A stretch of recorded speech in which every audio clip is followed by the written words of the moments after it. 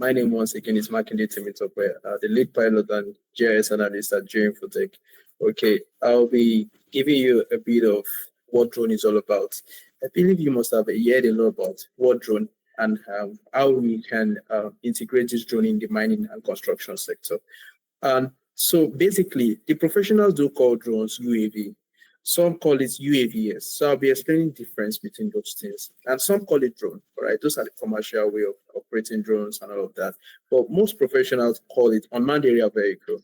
Okay, this is an aircraft that operates without an onboard pilot in it, okay? And what differentiates UAV from UAVs? So UAVs is more like the complete setup for a full operation with your drone, all right? Why the UAV is just the drone itself, basically.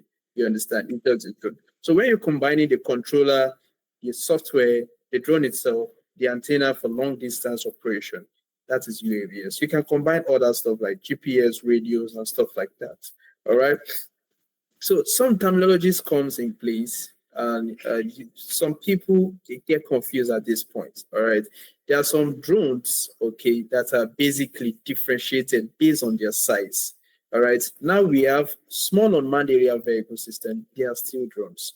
All right. We have micro air vehicle. They just differentiate this from the bigger ones. All right. Then we have the UAS. Okay. And we have the UAS system. That's